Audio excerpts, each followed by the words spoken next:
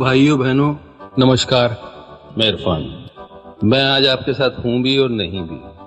खैर, ये फिल्म अंग्रेजी मीडियम मेरे लिए बहुत खास है।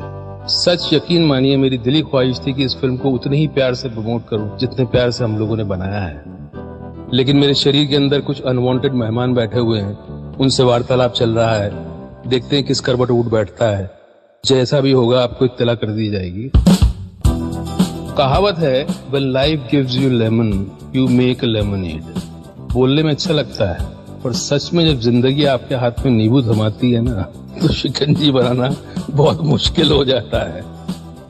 लेकिन आपके पास और चॉइस भी क्या है पॉजिटिव रहने के अलावा।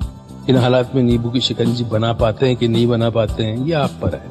और हम सब ने इस फिल्म को उसी पॉजिटिविटी के साथ बनाया है, और मुझे उम्मीद है कि ये फिल्म आपको